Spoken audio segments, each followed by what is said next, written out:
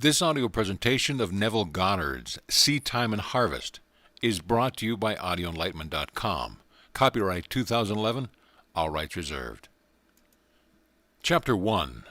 The End of a Golden String. I give you the end of a golden string. Only wind it into a ball. It will lead you in at heaven's gate, built in Jerusalem's wall. Blake. In the following essays, I have tried to indicate certain ways of approach to the understanding of the Bible and the realization of your dreams. That ye be not slothful, but followers of them who through faith and patience inherit the promises. Hebrews 6:12. Many who enjoy the old familiar verses of Scripture are discouraged when they themselves try to read the Bible as they would any other book. Quite excusably, they do not understand that the Bible is written in the language of symbolism. Not knowing that all of its characters are personifications of the laws and functions of mind, that the Bible is psychology rather than history, they puzzle their brains over it for a while and then give up. It is all too mystifying. To understand the significance of its imagery, the reader of the Bible must be imaginatively awake. According to the Scriptures, we sleep with Adam and wake with Christ. That is, we sleep collectively and wake individually. And the Lord God caused a deep sleep to fall upon Adam, and he slept. Genesis 2:21. If Adam or generic man is in a deep sleep, then his experiences as recorded in the Scriptures must be a dream. Only he who is awake can tell his dream, and only he would understand the symbolism of dreams who can interpret the dream. And they said one to another, Did not our heart burn within us, while he talked with us by the way, and while he opened to us the Scriptures? Luke 24:32. The Bible is a revelation of the laws and functions of mind expressed in the language of that twilight realm in which we go when we sleep. Because the symbolical language of this twilight realm is much the same for all men, the recent explorers of this realm, human imagination, call it the collective unconscious. The purpose of this book, however, is not to give you a complete definition of biblical symbols or exhaustive interpretations of its stories. All I hope to have done is to have indicated the way in which you are most likely to succeed in realizing your desire. What things soever ye desire can be obtained only through the conscious, voluntary exercise of imagination in direct obedience to the laws of mind. Somewhere within this realm of imagination there is a mood, a feeling of the wish fulfilled which, if appropriated, means success to you. This realm, this Eden, your imagination is vaster than you know and repays exploration. I give you the end of a golden string. You must wind it into a ball. End of chapter. Chapter 2. The Four Mighty Ones. And a river went out of Eden to water the garden, and from thence it was parted, and became into four heads. Genesis 2:10. And every one had four faces. Ezekiel 10:14. I see four men loose, walking in the midst of the fire, and they have no hurt, and the form of the fourth is like the Son of God. Daniel 3:25. Four mighty ones are in every man. Blake. The four mighty ones constitute the selfhood of man, or God in man. There are four mighty ones in every man, but these four mighty ones are not four separate beings, separated one from another, as are the fingers of his hand. The four mighty ones are four different aspects of his mind and differ from one another in function and character, without being four separate selves inhabiting one man's body. The four mighty ones may be equated with the four Hebrew characters, Yod, He, Wah, He, from right to left, which form the four-lettered mystery name of the creative power, Yahweh, or even occasionally as Jehovah, from and combining within itself the past, present, and future forms of the verb to be. The tetragrammaton is reversed as a symbol of the creative power in man, I am. The creative four functions in man, reaching forth to realize in actual material phenomena qualities latent in himself. We can best understand the four mighty ones by comparing them to the four most important characters in the production of a play. All the world's a stage, and all the men and women merely players. They have their exits and their entrances, and one man in this time plays many parts. As You Like It, Act 2, Scene 7. The producer, the author, the director, and the actor are the four most important characters in the production of the play. In the drama of life, the producer's function is to suggest the theme of the play. This he does in the form of a wish, such as, I wish I were successful, I wish I could take a trip, I wish I were married, and so on. But to appear on the world stage, these general themes must somehow be specified and worked out in detail. It is not enough to say, I wish I were successful. That is too vague. Successful at what? However, the first mighty one only suggests a theme. The dramatization of the theme is left to the originality of the second mighty one, the author. In dramatizing the theme, the author writes only the last scene of the play, but this scene he writes in detail. The scene must dramatize the wish fulfilled. He mentally constructs as lifelike a scene as possible of what he would experience had he realized his wish. When the scene is clearly visualized, the author's work is done. The third mighty one is the production of the life's play as the director. The director's tasks are to see that the actor remains faithful to the script and to rehearse him over and over again until he is natural in the part. This function may be likened to a controlled and consciously directed attention, an attention focused exclusively on the action, which implies that the wish is already realized. The form of the fourth is like the Son of God, human imagination, the actor. This fourth mighty one performs within himself, in imagination, the predetermined action, which implies the fulfillment of the wish. This function does not visualize or observe the action. This function actually enacts the drama, and does it over and over again until it takes on the tones of reality. Without the dramatized vision of fulfilled desire, the theme remains a mere theme and sleeps forever in the vast chambers of unborn themes. Nor without the cooperative attention, obedient to the dramatized vision of fulfilled desire, will the vision perceived attain objective reality. The four mighty ones are the four quarters of the human soul. The first is Jehovah's King, who suggests the theme. The second is Jehovah's servant, who faithfully works out the theme in a dramatic vision. The third is Jehovah's man, who is attentive and obedient to the vision of fulfilled desire, who brings the wandering imagination back to the script, 70 times 7. The form of the fourth is Jehovah himself, who enacts the dramatized theme on the stage of the mind. Let this mind be in you, which was also in Christ Jesus, who being in the form of God thought it not robbery to be equal with God. Philippians 2, 5 and 6. The drama of life is a joint effort of the four quarters of the human soul. All that ye behold, though it appears without, it is within, in your imagination, of which this world of mortality is but a shadow. Blake. All that we behold is a visual construction contrived to express a theme which has been dramatized, rehearsed, and performed elsewhere. What we are witnessing on the stage of the world is an optical construction devised to express the themes which have been dramatized, rehearsed, and performed in the imagination of men. The four mighty ones constitute the selfhood of man, or God in man. And all that man beholds, though it appears without, are but shadows cast upon the screen of space. Optical construction contrived by selfhood to inform him in regard to the themes which he has conceived, dramatized, rehearsed, and performed within himself. The creature was made subject unto vanity, that he may become conscious of selfhood and its function. For with consciousness of selfhood and its function, he can act to a purpose. He can have a consciously self-determined history. Without consciousness, he acts unconsciously, and cries to an objective God to save him from his own creation. O Lord, how long shall I cry, and thou wilt not hear? Even cry out unto thee of violence, and thou wilt not save. When man discovers that life is a play which he himself is consciously or unconsciously writing, he will cease from the blind self-torture of executing judgment upon others. Instead, he will rewrite the play to conform to his ideal, for he will realize that all changes in the play must come from the cooperation of the four mighty ones within himself. They alone can alter the script and produce the change. All men and women in this world are merely players and are helpless to change his play, as are the players on the screen of the theater to change the picture. The desired change must be conceived, dramatized, rehearsed, and performed in the theaters of his mind.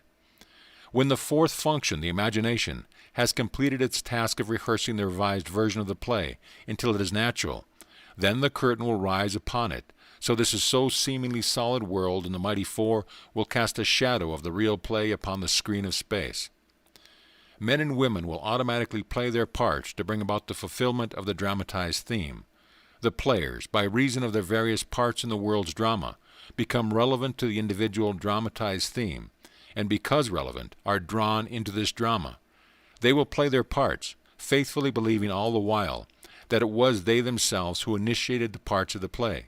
This they do because, Thou, Father, art in me, and I in thee. I in them, and thou in me. I am involved in mankind. We are one. We are all playing the four parts of producer, author, director, and actor in the drama of life. Some of us doing it consciously, others unconsciously. It is necessary that we do it consciously. Only in this way can we be certain of a perfect ending to the play. Then we shall understand why we must become conscious of the four functions of the one God within ourselves, that we may have the companionship of God as His sons. Man should not stay a man. His aim should be higher be. For gods will only gods, except as company. Angelus Cecilius. In January of 1946, I took my wife and little daughter to Barbados in the British West Indies for a holiday. Not knowing there were any difficulties in getting a return passage, I had not booked ours before leaving New York. Upon our arrival in Barbados, I discovered that there were only 2 ships serving the island, one from Boston and one from New York. I was told there was no available space on either ship before September. As I had commitments in New York for the first week in May, I put my name on the long waiting list for the April sailing. A few days later, the ship from New York was anchored in the harbor. I observed it very carefully and decided that this was a ship we should take. I returned to my hotel and determined on an interaction that would be mine were we actually sailing on that ship. I settled down in an easy chair in my room to lose myself in its imaginative action.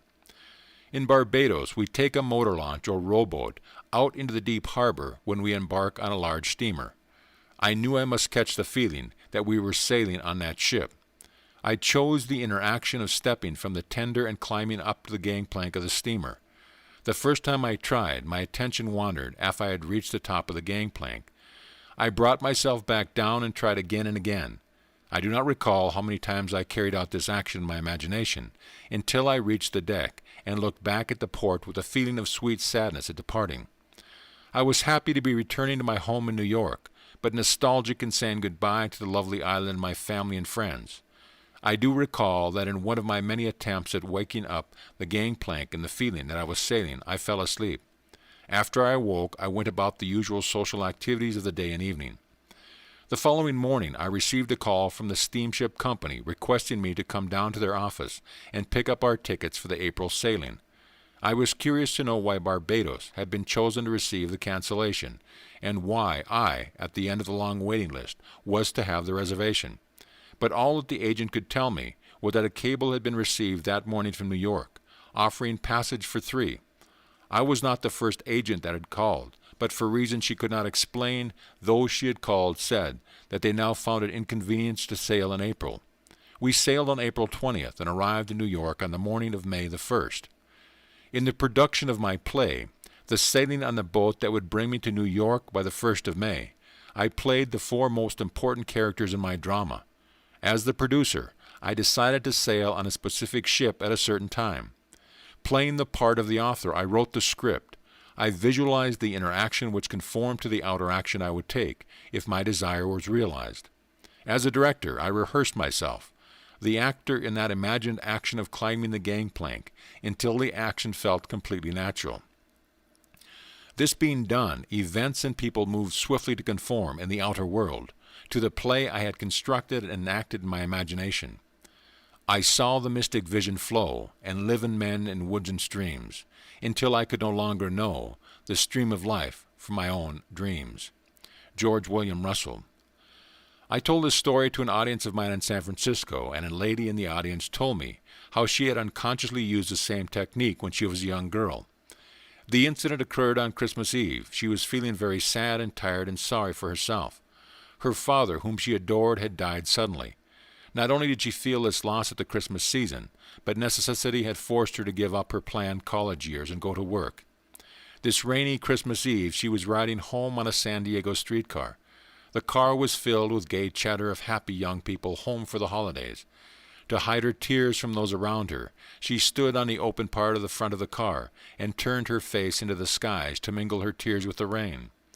When her eyes closed and holding the rail of the car firmly, this is what she said to herself. This is not the salt of the tears that I taste, but the salt of the sea and the wind. This is not San Diego, this is the South Pacific, and I am sailing into the Bay of Samoa. And looking up in her imagination, she constructed what she imagined to be the Southern Cross. She lost herself into this contemplation so that all faded around her. Suddenly she was at the end of the line and home. 2 weeks later she received word from a lawyer in Chicago that he was holding $3,000 in American bonds for her. Several years before, an aunt of hers had gone to Europe with instruction that these bonds be turned over to her niece if she did not return to the United States. The lawyer had just received word of the aunt's death and was now carrying out her instruction. A month later, the girl sailed for the island in the South Pacific. It was night when she entered the Bay of Samoa. Looking down, she could see the white foam, like a bone in the lady's mouth, as the ship plowed through the waves and brought the salt of the sea and the wind. An officer on duty said to her, "There is the Southern Cross," and looking up, she saw the Southern Cross as she had imagined it. In the intervening years she had many opportunities to use her imagination constructively, but as she had done this unconsciously, she did not realize there was a law behind it.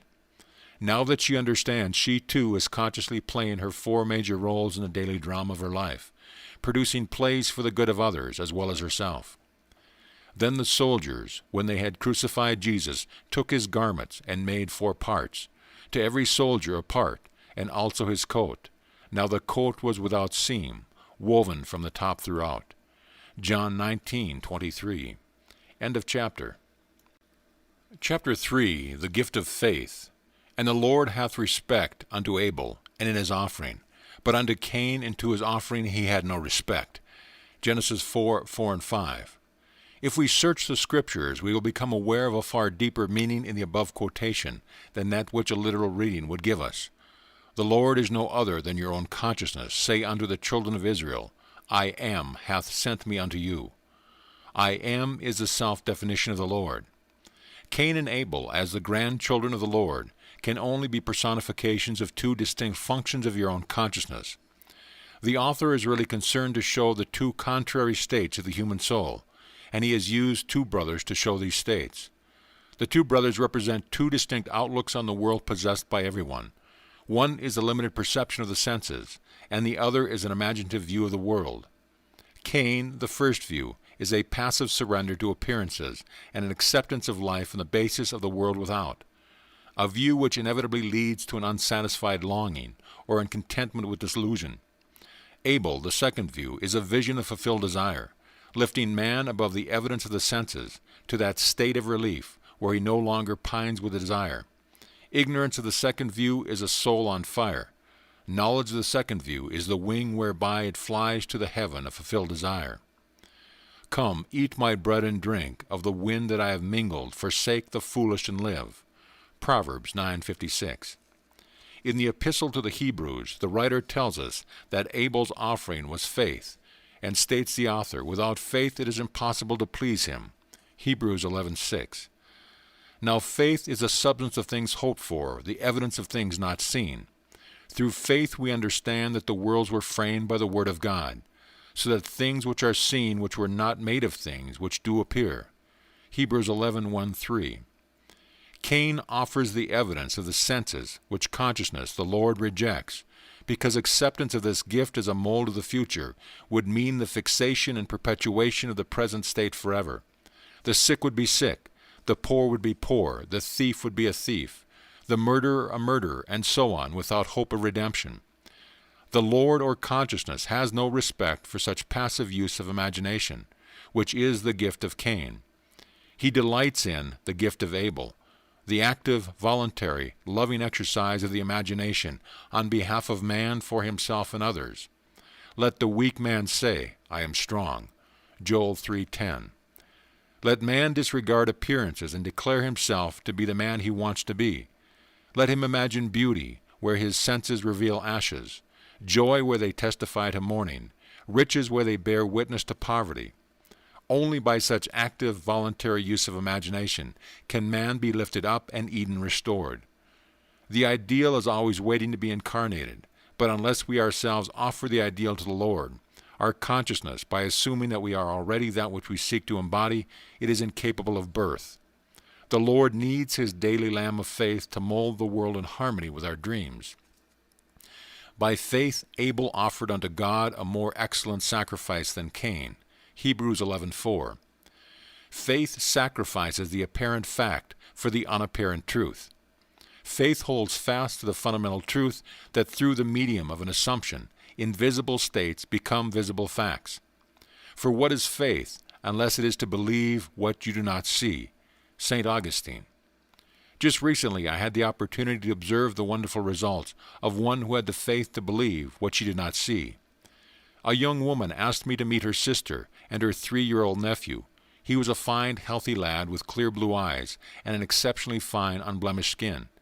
Then she told me her story. At birth the boy was perfect in every way save for a large, ugly birthmark covering one side of his face. The doctor advised them that nothing could be done for this type of scar. Visits to many specialists only confirmed this statement.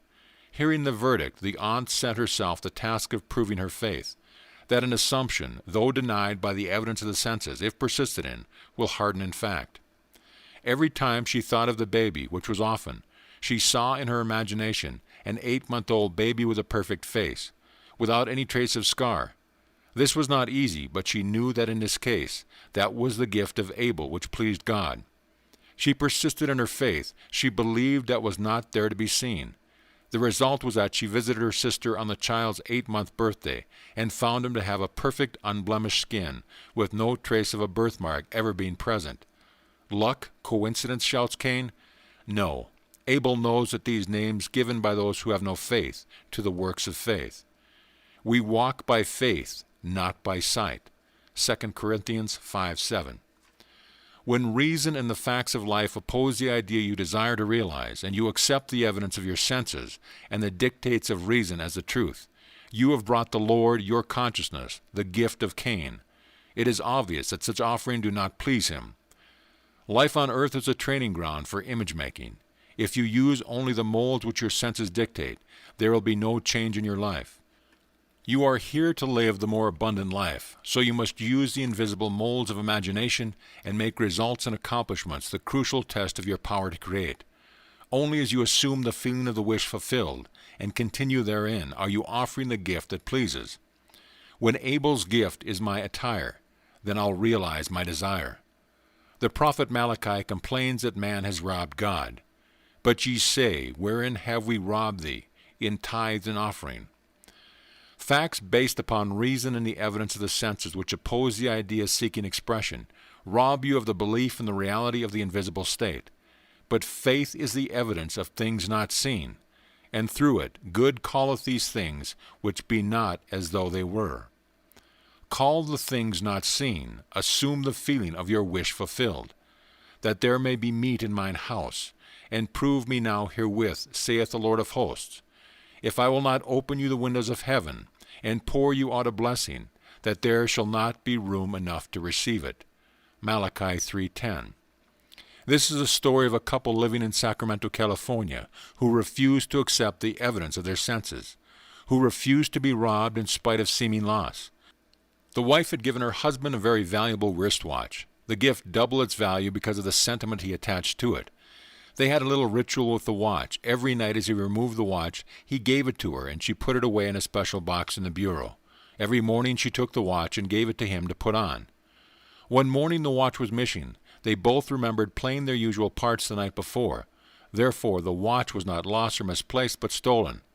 Then and there they determined not to accept the fact that it was really gone. They said to each other, "This is an opportunity to practice what we believe." They decided that, in their imagination, they would enact their customary ritual as though the watch were actually there. In his imagination, every night the husband took off the watch and gave it to his wife, while in her imagination she accepted the watch and carefully put it away. Every morning she removed the watch from the box and gave it to her husband, and he in turn put it on. This they did faithfully for 2 weeks. After their 14-day vigil, a man went into the one and only jewelry store in Sacramento where the watch would be recognized. As he offered a gem for appraisal, the owner of the store noticed the wristwatch he was wearing.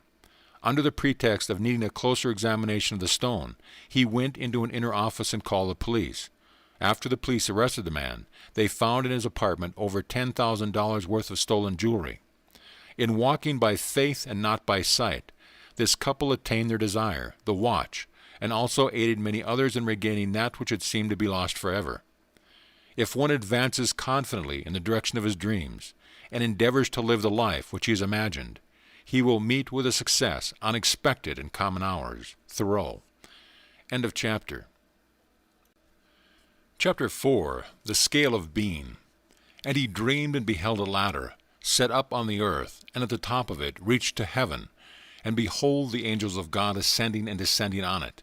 And behold, the Lord stood above it. Genesis 28:12-13. In a dream, in a vision of the night when sleep fell upon Jacob, his inner eye was opened, and he beheld the world as a series of ascending and descending levels of awareness. It was a revelation of the deepest insight into the mysteries of the world. Jacob saw a vertical scale of ascending and descending values, or states of consciousness. This gave meaning to everything in the outer world, for without such a scale of values there would be no meaning to life. At every moment of time man stands upon the eternal scale of meaning. There is no object or event that has ever taken place, or is taking place now, that is without significance. The significance of an object or event for the individual is a direct index to the level of his consciousness. You are holding this book, for example. On one level of consciousness, it is an object in space. On a higher level, it is a series of letters on paper, arranged according to certain rules. On a still higher level, it is an expression of meaning. Looking outwardly, you see the book first, but actually the meaning comes first. It occupies a higher grade of significance than the letter arrangement on paper or the book as an object in space. Meaning determines the arrangements of letters. The arrangements of letters only express the meaning. The meaning is invisible and above the level of visible arrangements of letters. If there had been no meaning to be expressed, the book would not have been written or published. And behold, the Lord stood above it. The Lord and meaning are one, the Creator, the cause of the phenomena of life. In the beginning was the Word, and the Word was with God, and the Word was God. John 1:1. In the beginning was the intention, the meaning, and the intention was with the intender, and the intention was the intender. The objects and events in time and space occupy a lower level of significance than the level of meaning which produced them. All things were made by meaning, and without meaning was not anything made that was made. The fact that everything seen can be regarded as an effect on a lower level of significance, of an unseen higher order of significance, is a very important one to grasp. Our usual mode of procedure is to attempt to explain the higher levels of significance, why things happen, in terms of the lower, what and how things happen. For example, let us take an actual accident and try to explain it. Most of us live on the level of what happened. The accident was an event in space. One automobile struck another and practically demolished it. Some of us live on the higher level of how the accident happened. It was a rainy night, the roads were slippery, and the second car skidded into the first. On rare occasions, a few of us reach the highest or causal level of why such an accident occurred. Then we become aware of the invisible, the state of consciousness which produced the visible element. In this case, the ruined car was driven by a widow, who, though she felt she could not afford to, greatly desired to change her environment. Having heard that, by the proper use of her imagination, she could do and be all she wished to be. This widow had been imagining herself actually living in the city of her desire. At the same time, she was living in a consciousness of loss, both personal and financial. Therefore, she brought upon herself an event, which was seemingly another loss. By the sum of money the insurance company paid her allowed her to make the desired change in her life. When we see the why behind the seeming accident, the state of consciousness that produced the accident, we are led to the conclusion that there is no accident. Everything in life has its invisible meaning. The man who learns of an accident, the man who knows how it happened, and the man who knows why it happened are on three different levels of awareness in regard to the accident. On the ascending scale, each higher level carries us a step in advance towards the truth of the accident. We should strive constantly to lift ourselves to the higher level of meaning, the meaning that is always invisible and above the physical event. But remember, the meaning or cause of the phenomena of life can be found only within the consciousness of man. Man is so engrossed in the visible state of the drama of life, the sight of what has happened and how it happened, but he rarely rises to the invisible state of why it happened. He refuses to accept the prophet's warning that things which are seen were not made of things that do appear. Hebrews 11:3. His descriptions of what has happened and how it happened are true in terms of his corresponding level of thought. But when he asks why it happened, all physical explanations break down and he is forced to seek the why or meaning of it on the invisible and higher level. The mechanical analysis of events deals only with external relationships of things. Such a course will never reach the level which holds the secret of why the events happen. Man must recognize that the lower invisible sides flow from the invisible and the higher level of meaning. Intuition is needed to lift us up to the level of meaning, to the level of why things happen. Let us follow the advice of the Hebrew prophet of old and lift up our eyes unto the hills, within ourselves, and observe what is taking place there. See what ideas we have accepted as true, what states we have consented to, what dreams, what desires, and above all, what intentions. It is from these hills that all things come to reveal our stature, our height, on the vertical scale of meaning. If we lift our eyes to the Thee in me who works behind the veil, we shall see the meaning of the phenomena of life. Events appear on the screen of space to express the different levels of consciousness of man. A change in the level of his consciousness automatically results in a change of the phenomena of his life. To attempt to change conditions before he changes the level of consciousness from whence they came is to struggle in vain. Man redeems the world as he ascends the vertical scale of meaning. We saw in the analogy of the book that as consciousness was lifted up to the level where man could see meaning expressed in the arrangements of its letters, it also included the knowledge that the letters were arranged according to certain rules, and that such arrangements, when printed on paper and bound together, formed a book. What is true of the book is true of every event in the world. They shall not hurt or destroy in all my holy mountain, for the earth shall be full of the knowledge of the Lord, as the waters cover the sea. Isaiah 11:9. Nothing is to be discarded, all is to be redeemed. Our lives ascending the vertical scale of meaning towards an ever-increasing awareness, an awareness of things of higher significance, are the process whereby this redemption is brought to pass. As man arranges letters into words and words into sentences to express meaning, in like manner, life arranges circumstances, conditions, and events to express the unseen meaning or attitudes of men. Nothing is without significance. But man, not knowing the higher level of inner meaning, looks out upon a moving panorama of events and sees no meaning to life. There is always a level of meaning determining events and their essential relationship to our life. Here is a story that will enable us to cease the good in things seeming evil, to withhold judgment, and to act aright on unsolved problems. Just a few years ago, our country was shocked by a seeming injustice in the midst. The story was told on radio and television, as well as in the newspaper. You may recall the incident. The body of a young American soldier killed in Korea was returned to his home for burial. Just before the service, his wife asked a routine question. Was her husband a Caucasian? When she replied that he was an Indian, burial was refused. The refusal was in accordance with the laws of that community, but it aroused the entire nation. We felt incensed that anyone who had been killed in the service of his country should be denied burial anywhere in his country.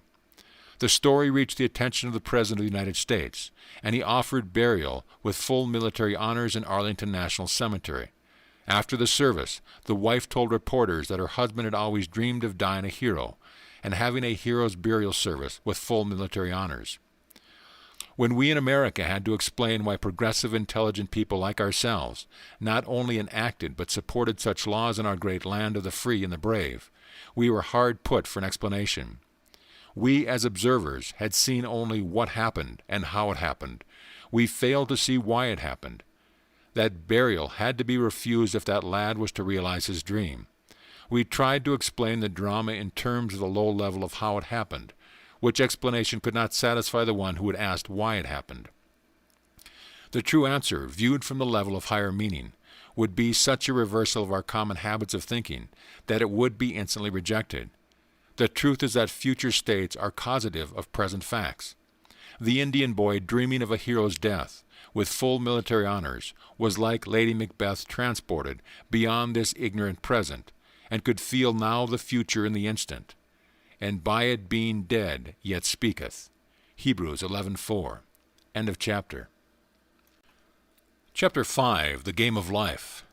I can easier teach 20 what were good to be done, than be one of the 20 to follow mine own teaching. Shakespeare.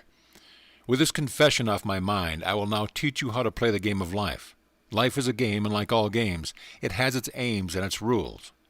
In the little games that men concoct, such as cricket, tennis, baseball, football, and so on, the rules may be changed from time to time. After the changes are agreed upon, man must learn the new rules and play the game within the framework of the accepted rules. However, in the game of life, the rules cannot be changed or broken. Only within the framework of its universal and everlasting fixed rules can the game of life be played. The game of life is played on the playing field of the mind. In playing a game, the first thing we ask is, what is its aim and purpose? And the second, what are the rules governing the game? In the game of life, our chief aim is towards increasing awareness, an awareness of things of greater significance, and our second aim is towards achieving our goals, realizing our desires. As to our desires, the rules reach only so far as to indicate the way in which we would go to realize them, but the desires themselves must be the individual's own concern. The rules concerning the game of life are simple, but it takes a lifetime of practice to use them wisely. Here is one of the rules. As he thinketh in his heart, so is he. Proverbs 23:7. Thinking is usually believed to be a function entirely untrammeled and free, without any rules to constrain it, but that is not true.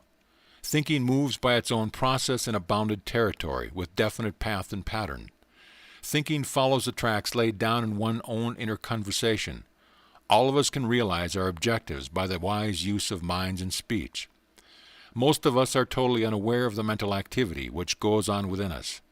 But to play the game of life successfully, we must become aware of our every mental activity, for this activity, in the form of inner conversation, is the cause of the outer phenomena of life.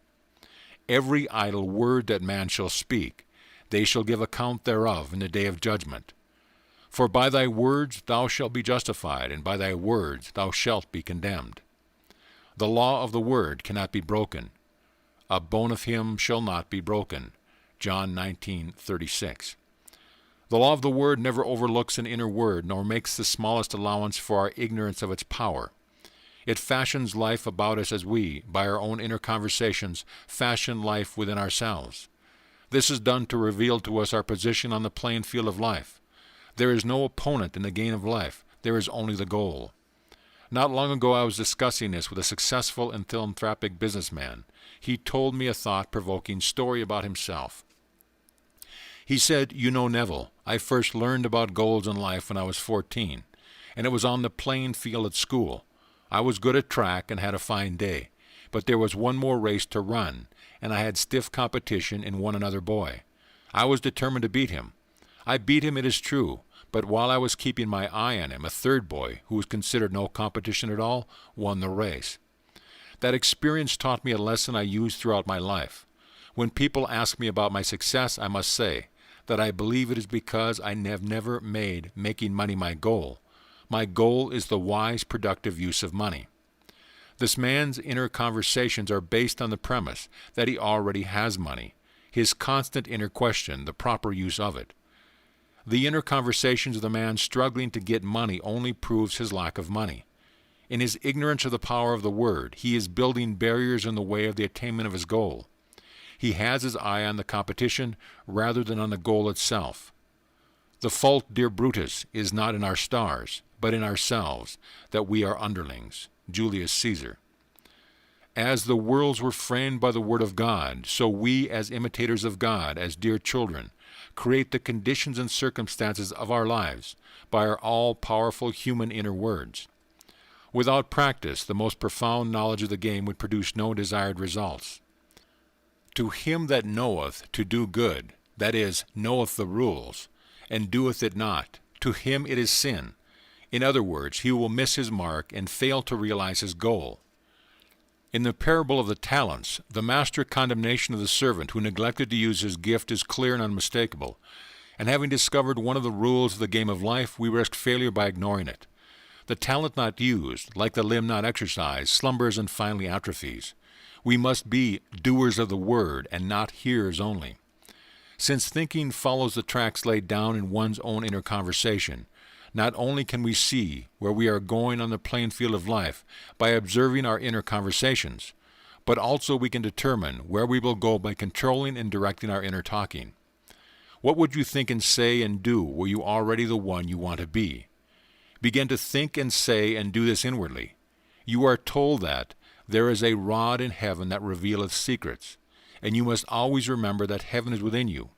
And to make it crystal clear who God is, where he is, and what his secrets are, Daniel continues, Thy dream and the visions of thy head are these. They reveal the tracks to which you are tied, and point the direction in which you are going. This is what one woman did to turn her tracks to which she had been unhappily tied in the direction in which she wanted to go. For 2 years she had kept herself estranged from the 3 people she loved most. She had had a quarrel with her daughter-in-law, who ordered her from her home. For these 2 years she had not seen or heard from her son, her daughter-in-law, or her grandson, though she had sent her grandson numerous gifts in the meantime. Every time she thought of the family, which was daily, she carried on a mental conversation with her daughter-in-law, blaming her for the quarrel and accusing her of being selfish. Upon hearing a lecture of mine one night, it was this very lecture on the game of life and how to play it, she suddenly realized she was the cause of the prolonged silence, and that she, and she alone, must do something about it. Recognizing that her goal was to have the former loving relationship, she set herself the task of completely changing her inner talking. That very night, in her imagination, she constructed 2 loving, tender letters written to her, one from her daughter-in-law and the other from her grandson. In her imagination she read them over and over again, until she fell asleep in the joyful mood of having received the letters. She repeated this imaginary act each night for 8 nights. On the morning of the 9th day she received one envelope containing 2 letters, one from her daughter-in-law, one from her grandson. They were loving, tender letters inviting her to visit them, almost replicas of those she had constructed mentally. By using her imagination consciously and lovingly, she had turned the tracks to which she was tied, in the direction she wanted to go, towards a happy family reunion. A change of attitude is a change of position on the playing field of life. The game of life is not being played out there in what is called space and time. The real moves in the game of life take place within, on the playing field of the mind. Losing thy soul again to find. Rendering toward that goal, they separate mind. Lawrence Hausman. End of chapter. Chapter 6. Time, times and a half. And one said to the man clothed in linen, which was upon the waters of the river, How long shall it be to the end of these wonders? And I heard the man clothed in linen, which was upon the waters of the river, when he held up his right hand and his left hand unto heaven, and swear by him that liveth forever, that it shall be for a time, times and a half. Daniel 12:6 and 7. At one of my lectures given in Los Angeles on the subject of the hidden meaning behind the stories of the Bible, someone asked me to interpret the above quotation from the book of Daniel. After I confessed I did not know the meaning of that particular passage, a lady in the audience said to herself, If the mind behaves according to the assumption with which it starts, then I will find the true answer to the question and tell it to Neville. And this is what she told me. Last night the question was asked, what is the meaning of time, times and a half, as recorded in Daniel 12:7. Before going to sleep last night I said to myself, now there is a simple answer to this question, so I will assume that I know it, and while I am sleeping, my greater self will find the answer, and reveal it to my lesser self in a dream or vision. Around 5 a.m. I awakened. It was too early to rise, so remaining in bed, I quickly fell into the half-dreamy state between waking and sleeping, and while in that state a picture came in my mind of an old lady. She was sitting in a rocking chair and rocking back and forth, back and forth. Then a voice which sounded like your voice said to me, do it over and over and over again until it takes on the tones of reality. I jumped out of bed and reread the 12th chapter of Daniel, and this is the intuitive answer I received. Taking the 6th and 7th verses, for they constituted last night's question, I felt that if the garments with which the biblical characters are clothed corresponds to the level of consciousness as you teach, then linen must represent a very high level of consciousness indeed, for the man clothed in linen was standing upon the waters of the river. And if, as you teach, water symbolizes a higher level of psychological truth, then the individual who could walk upon it must truly represent an exalted state of consciousness. I therefore felt that what you had to say must indeed be very significant. Now the question asked of him was, how long shall it be to the end of these wonders? And the answer was, a time, times and a half. Remembering my vision of the old lady rocking back and forth, and your voice telling me to do it over and over and over again until it takes on the tones of reality, and remembering that this vision and your instruction came to me in response to my assumption that I knew the answer, I intuitively felt that the question asked the man clothed in linen meant how long shall it be until the wonderful dreams that I am dreaming become a reality, and his answer is, do it over and over and over again until it takes on the tones of reality. A time means to perform the imaginary action which implies the fulfillment of the wish. Times mean to repeat the imaginary action over and over again, and a half means the moment of falling asleep while performing the imaginary action, for such a moment usually arrives before the predetermined action is completed, and therefore can be said to be a half or part of a time. To get such inner understanding of the Scriptures by the simple assumption that she did know the answer was a wonderful experience for this woman. However, to know the true meaning of time, times and a half, she must apply her understanding in her daily life. We are never at a loss at an opportunity to test this understanding, either for ourselves or for another. A number of years ago, a widow living in the same apartment house as we came to see me about her cat. The cat was her constant companion and dear to her heart. He was, however, 8 years old, very ill and in great pain. He had not eaten for days and would not move from under her bed. 2 veterinarians had seen the cat and advised the woman that the cat could not be cured, and that she should be put to sleep immediately. I suggested that night, before retiring, she create in her imagination some action that would indicate the cat was in its former healthy state. I advised her to do it over and over again until it took on the tones of reality. This she promised to do. However, either from lack of faith in my advice or from a lack of faith in her own ability to carry out the imaginary action, she asked her niece to spend the night with her. This request was made so that if the cat were not well by morning, the niece could take it to the veterinarians, and she, the owner, would not have to face such a dreaded task herself. That night she settled herself in an easy chair and began to imagine the cat was romping beside her, scratching at the furniture and doing many things she would not normally have allowed. Each time she found that her mind had wandered from its predetermined task to see a healthy, normal, frisky cat, she brought her attention back to the room and started her imaginary action over again. This she did over and over again until finally, in a feeling of relief, she dropped off to sleep, still seated in her chair. About 4 o'clock in the morning she was awakened by the cry of her cat. He was standing by her chair. After attracting her attention, he led her to the kitchen where he begged for food. She fixed him a little warm milk, which he quickly drank and cried for more. That cat lived comfortably for 5 more years, when, without pain or illness, he died naturally in his sleep. How long shall it be to the end of these wonders? A time, times and a half. In a dream, in a vision of the night, when deep sleep falleth upon men, in slumberings upon the bed, then he openeth the ears of men, and sealeth their instruction. Job 33:15-16. End of chapter. Chapter 7. Be ye wise as serpents. Be ye therefore wise as serpents, and harmless as doves. Matthew 10:16.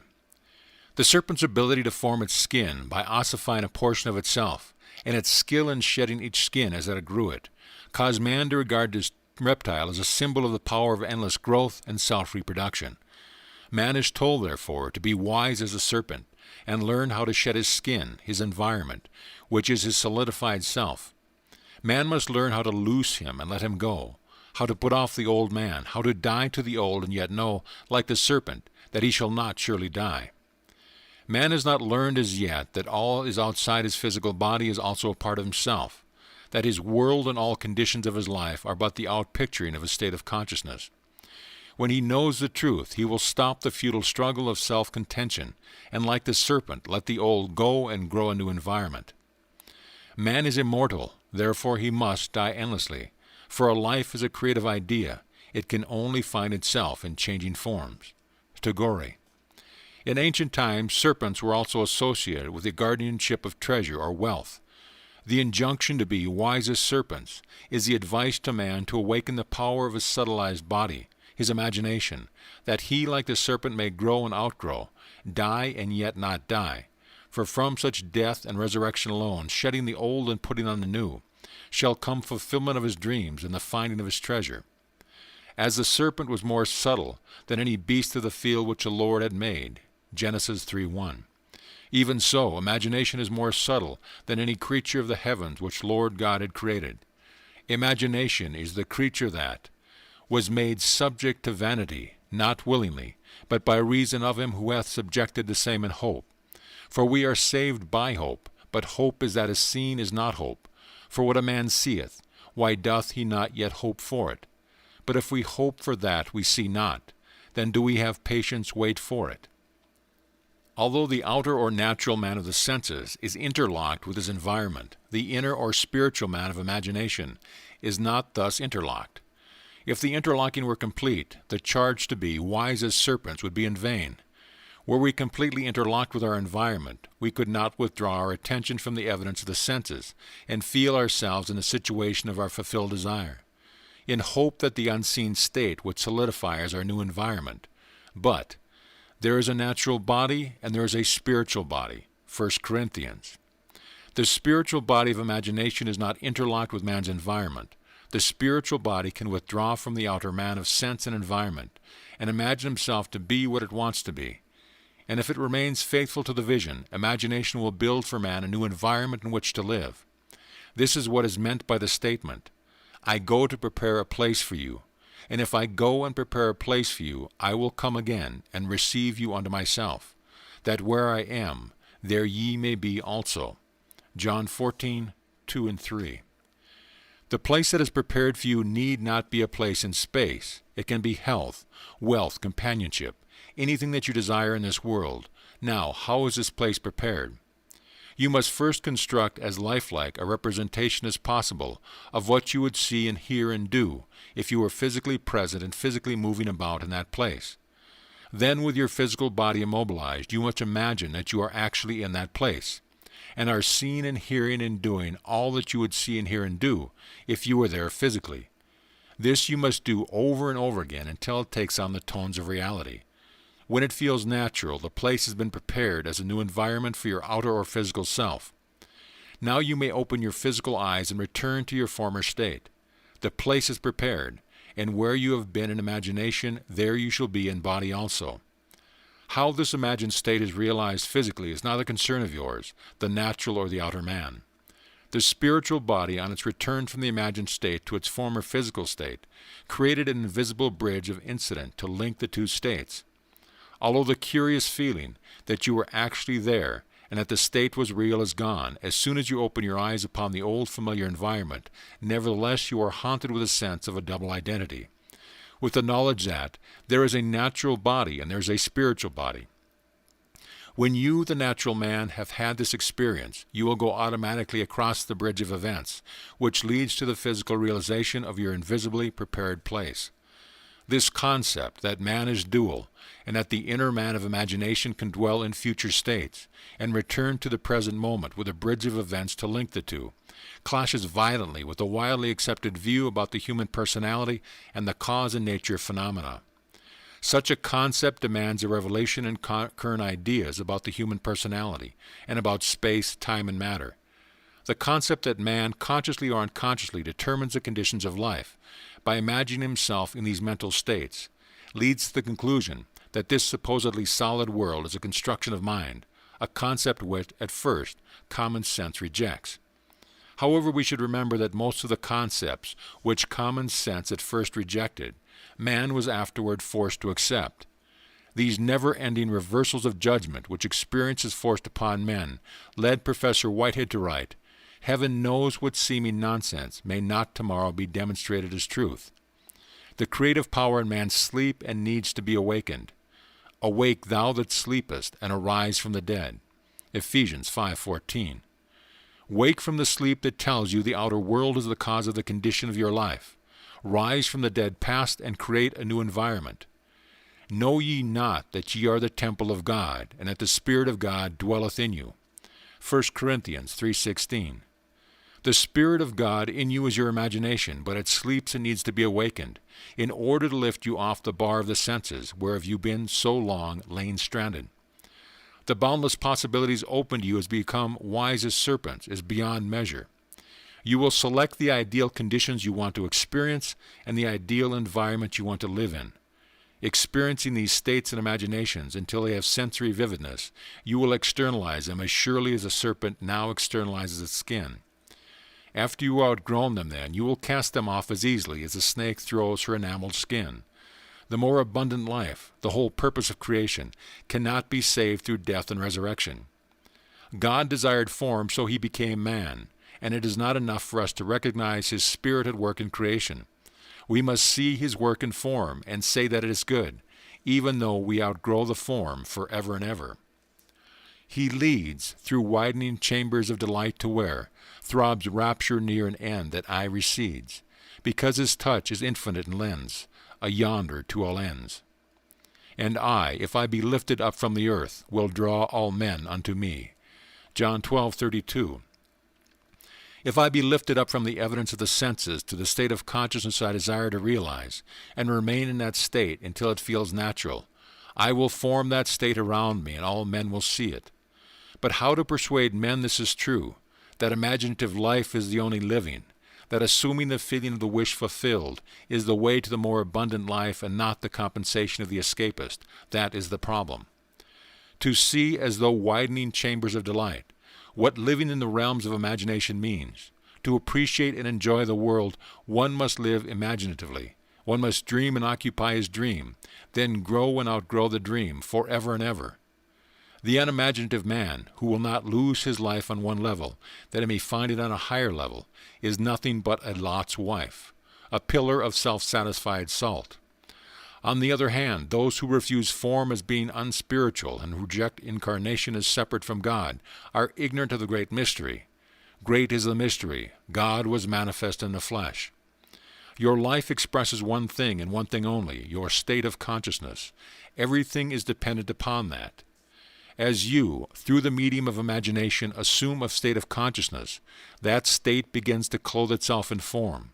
It solidifies around you as a serpent's skin ossifies around it. But you must be faithfully to the state.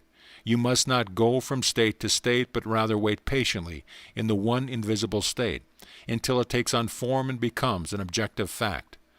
Patience is necessary, but patience will be easy after your first success in shedding the old and growing the new. For we are able to wait according as we have been rewarded by understanding in the past. Understanding is the secret of patience. What natural joy and spontaneous delight lie in the scene in the world, not which, but as Blake says, through the eye. Imagine that you are seeing what you want to see, and remain faithful to your vision. Your imagination will make for itself a corresponding form in which to live. All things are made by imagination's power. Nothing begins except in the imagination of man. From within out is the law of the universe. As within, so without. Man turns outward in his search for truth, but the essential thing is to look within. Truth is within ourselves, it takes no rise. From outward things, what ear you may believe, there is an inmost center in us all, where truth abides in fullness, and to know rather consists in opening out a way, whence the imprisoned splendor may escape, than in effecting entry for a light supposed to be without. Browning. I think you will be interested in an instance of how a young woman shed the skin of resentment and put on a far different kind of skin. The parents of this woman had separated when she was 6 years old, and she had lived with her mother. She rarely saw her father, but once a year he sent her a $5 check for Christmas. Following her marriage, he did increase the Christmas gift to $10.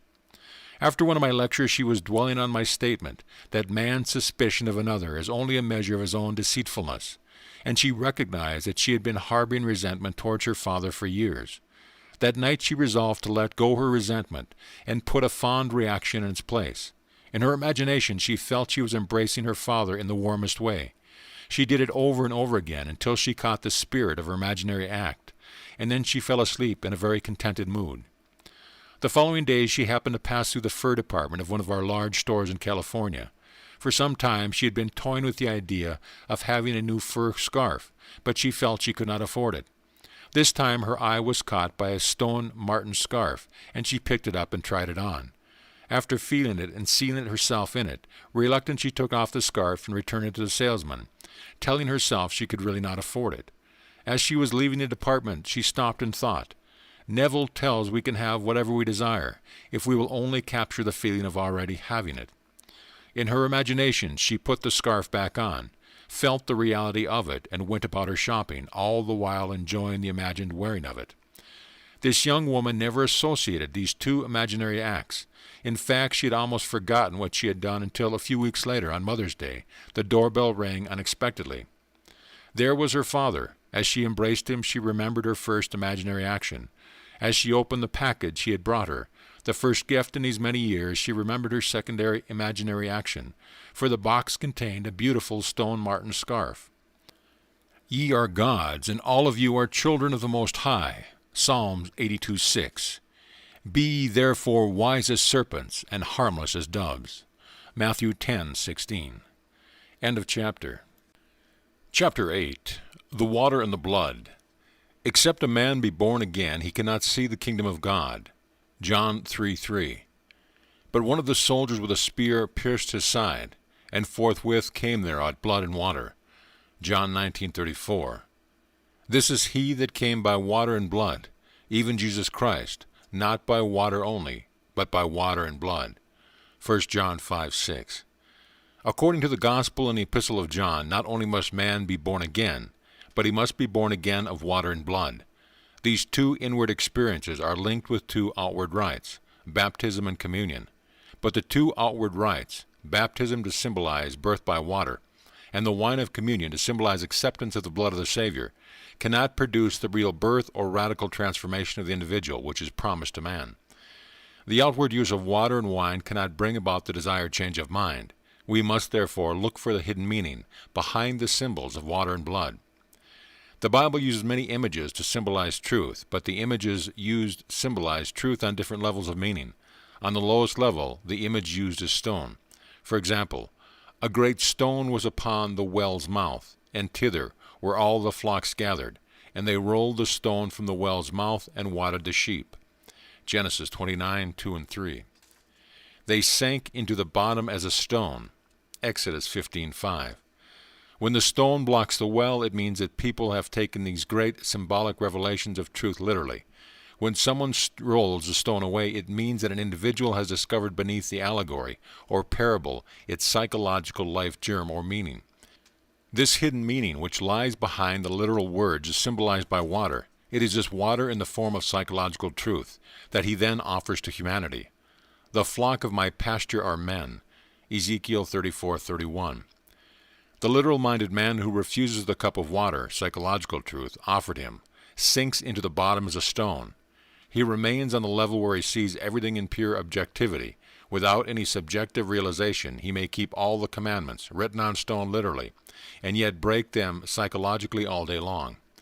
He may, for example, not literally steal the property of another, and yet see the other in want.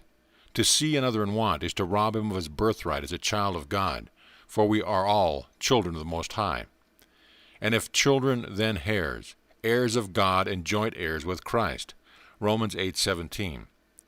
To know what to do about a seeming misfortune is to have the cup of water, the psychological truth, that could save the situation.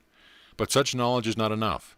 Man must not only fill the water pots of stone with water, that is, discover the psychological truth into wine. This he does by living a life according to the truth which he has discovered. Only by such use of the truth can he taste the water that was made wine. A man's birthright is to be Jesus. He is born to save his people from their sins. Matthew 1:21. But the salvation of a man is not by water alone, but by water and blood. To know what to do to save yourself or another is not enough. You must do it. Knowledge of what to do is water. Doing it is blood. This is he that came not by water only, but by water and blood. The whole of this mystery is in the conscious, active use of imagination to appropriate that particular state of consciousness that would save you or another from the present limitation. Outward ceremonies cannot accomplish this. There shall meet you a man bearing a pitcher of water. Follow him. And wheresoever he shall go in, say ye to the good man of the house, the Master saith, Where is the guest chamber, where I shall eat the Passover with my disciples? And he will show you a large upper room furnished and prepared. There make ready for us. Whatever you desire is already furnished and prepared. Your imagination can put you in touch inwardly with the state of consciousness. If you imagine that you are already the one you want to be, you are following the man bearing a pitcher of water. If you remain in that state, you have entered the guest chamber, Passover, and committed your spirit into the hands of God, your consciousness. A man's state of consciousness is his demand on the infinite storehouse of God, and like the law of commerce, a demand creates a supply. To change a supply, you change a demand, your state of consciousness. What you desire to be, that you must feel you already are. Your state of consciousness creates the conditions of your life, rather than the conditions creating your state of consciousness. To know this truth is to have the water of life. But your Savior, the solution of your problem, cannot be manifested by such knowledge only. It can be realized only as such knowledge is applied. Only as you assume the feeling of your wish fulfilled and continue therein, is your side pierced, from whence cometh blood and water. In this manner only is Jesus, the solution of your problem, realized. For thou must know that in the government of the mind thou art thine own Lord and Master, that there will rise up no fire in the circle or whole circumference of thy body and spirit, unless thou awakes it thyself. God is your consciousness. His promises are conditional. Unless the demand, your state of consciousness, is changed, the supply, the present conditions of your life remain as they are. As we forgive, as we change our minds, the law is automatic. Your state of consciousness is the spring of action and directing force, and that which creates a supply. If that nation against whom I have pronounced turn from their evil, I will repent of the evil that I thought to do unto them. And what instance I shall speak concerning a nation, and concerning a kingdom, to build and to plant it. If I do evil in my sight, that I obey not my voice, then I will repent of the good, wherewith I said I would benefit them. Jeremiah 18:8, 9, and 10. This statement of Jeremiah suggests that a commitment is involved if the individual or nation would realize a goal, a commitment to certain fixed attitudes of mind. The feeling of the wish fulfilled is a necessary condition of man's search for the goal. The story I am about to tell you shows that man is what the observer has the capacity to see in him. That what he is seen to be is a direct index to the observer's state of consciousness. This story is also a challenge to us all to shed our blood, use our imagination lovingly on behalf of another. There is no day that passes that does not afford us the opportunity to transform a life by the shedding of our blood. Without the shedding of blood, there is no remission. Hebrews 9:22. One night in New York City, I was able to unveil the mystery of the water and blood to a schoolteacher. I had quoted the above statement from Hebrews 9:22, and went on to explain that the realization that we have no hope save in ourselves is a discovery that God is within us, that this discovery causes the dark caverns of the skull to grow luminous, and we know that the spirit of man is the candle of the Lord, Proverbs 20:27, and that this realization is the light to guide us safely over the earth. His candle shined upon my head, and by his light I walk through darkness. Job 29:3. However, we must not look upon this radiant light of the head as God, for man is the image of God. God appears and God is light to those poor souls who dwell in night. But does a human form display to those who dwell in realms of day? Blake. But this must be experienced to be known. There is no other way, and no other man's experience can be substituted for your own. I told the teacher that her change of attitude in regard to another would produce a corresponding change in the other, that such knowledge was the true meaning of the water mentioned in John 5:6, but that such knowledge alone was not enough to produce the rebirth desired, that such rebirth could only come to pass by water and blood, or the application of this truth. Knowledge of what to do is the water of life, but doing it is the blood of the Savior.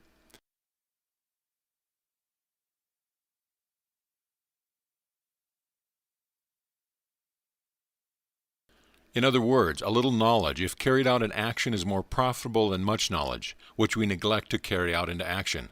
As I talked, one student kept impinging upon the teacher's mind.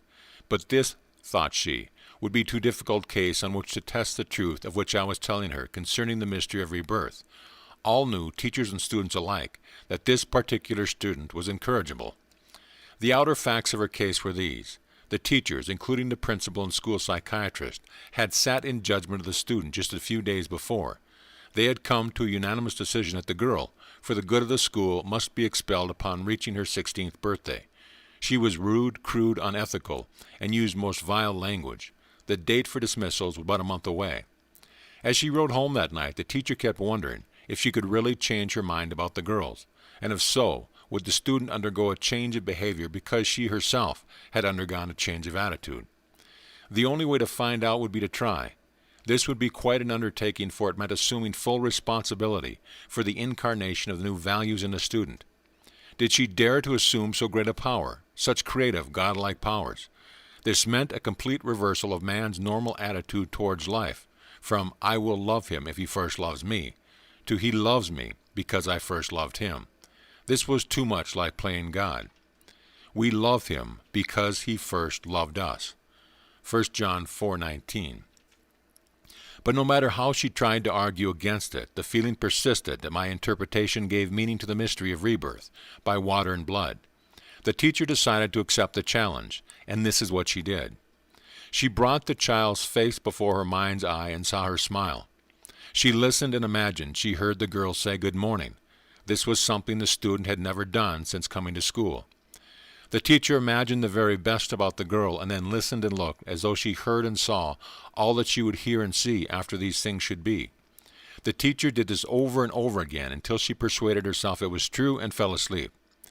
The next morning, the student entered her classroom and smilingly said, "Good morning." The teacher was so surprised she almost did not respond, and by her own confession, all through the day she looked for sign of the girl returning to her former behavior. However, the girl continued in the transformed state. By the end of the week, the change was noted by all. A second staff meeting was called, and a decision of expulsion was revoked. As the child remained friendly and gracious, the teacher has had to ask herself, where was the bad child in the first place? For mercy, pity, peace, and love is God our Father dear, and mercy, pity, peace, and love is man, his child, and care. The Divine Image, Blake. Transformation is in principle always possible, for the transformed being lives in us, and it is only a question of becoming conscious of it. The teacher had to experience this transformation to know the mystery of blood and water. There is no other way, and no man's experience could have been a substitute for her own. We have redemption through his blood. Ephesians 1:7. Without the decision to change her mind in regard to the child, and the imaginative power to carry it out, the teacher could never have redeemed the student. None can know the redemptive power of the imagination who has not shed his blood and tasted the cup of experience. Once read thy own breast right, and thou hast done with fears. Man gets no other light. Search he 1,000 years. Matthew Arnold. End of chapter. Chapter 9, A Mystical View. And with many such parables spake he the word unto them, as they were able to hear it. But without a parable spake he not unto them, and when they were alone he expounded all things to his disciples. Mark 4:33-34. This collection of parables, which is called the Bible, is a revelation of truth expressed in symbolism to reveal the laws and purposes of the mind of men. As we become aware of deeper meanings in the parables than those which are usually assigned to them, we are apprehending them mystically. For example, let us take a mystical view of the advice given to the disciples in Matthew 10:10. We read that as the disciples were ready to teach and practice the great laws of mind, which had been revealed to them, they were told not to provide shoes for the journey. A disciple is one who disciplines his mind, that he may consciously function and act on higher and higher levels of consciousness. The shoe was chosen as a symbol of vicarious atonement, or the spirit of "let me do it for you," because the shoe protects the wearer and shields him from impurities by taking them upon himself.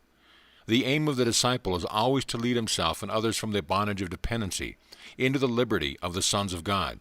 Hence the advice, take no shoes, accept no intermediary between yourself and God. Turn from all who would offer to do for you what you should do and could do far better for yourself. Earth crammed with heaven, and every common bush afire with God. But only he who sees takes off his shoes. Elizabeth Barrett Browning. Verily I say unto you, inasmuch as ye have done it unto one of the least of these my brethren, you have done it unto me. Matthew 25:40. Every time you exercise your imagination on behalf of another, be it good, bad, or indifferent, you have literally done that to Christ, for Christ is the awakened human imagination.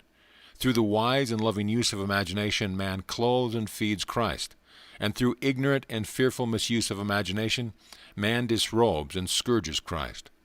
Let none of you imagine evil in your hearts against your neighbor, Zechariah 8:17, is sound but negative advice. A man may stop misusing his imagination on the advice of a friend. He may be negatively served by the experience of others and learn not to imagine, but that is not enough.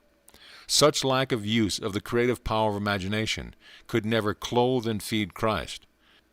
The purple robe of the Son of God is woven, not by not imagining evil, but by imagining the good, by the active, voluntary, and loving use of imagination. Whatsoever things are of good report, if there be any virtue, and if there be any praise, think on these things. King Solomon made himself a chariot of the wood of Lebanon. He made the pillars thereof of silver, the bottom thereof of gold, and covering it of purple, the midst thereof being paved with love. Song of Solomon 3:9-10. The first thing we notice is King Solomon made himself. That is what every man must eventually do, make himself a chariot of the wood of Lebanon. By chariot, the writer of this allegory means mind, in which stands the spirit of wisdom, Solomon controlling the four functions of mind, that he may build a world of love and truth. And Joseph made ready his chariot, and went up to meet Israel his father. What tributaries follow him to Rome to grace in captive bonds his chariot wheels? If man does not make himself a chariot of the wood of Lebanon, then his will be like the queen Mob's. She is the fairy's midwife. Her chariot is an empty hazelnut. The wood of Lebanon was the mystic symbol of incorruptibility. To the mystic, it is obvious what King Solomon made himself. Silver typified knowledge, gold symbolized wisdom, and purple clothed or covered the incorruptible mind with the red of love and the blue of truth. And they clothed him with purple. Mark 15:17. Incarnate, incorruptible, fourfold wisdom, clothed in purple, love and truth, the purpose of man's experience on earth. Love is the sage's stone. It takes gold from the clod. It turns naught into aught, transforms me into God. Angelus Silesius. End of chapter. End of book. This audio presentation of Neville Goddard's Seedtime and Harvest has been brought to you by audioenlightenment.com and has been recorded for the exclusive use of Audio Enlightenment members only. If you have received this audio from any website other than our own, please visit our website and let us know at your convenience.